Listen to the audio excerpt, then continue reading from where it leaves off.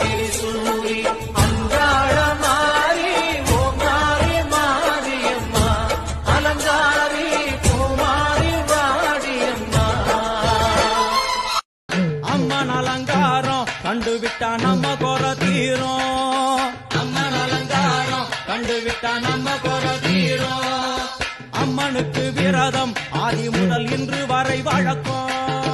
அம்மனுக்கு விரதம் ஆதி முதல்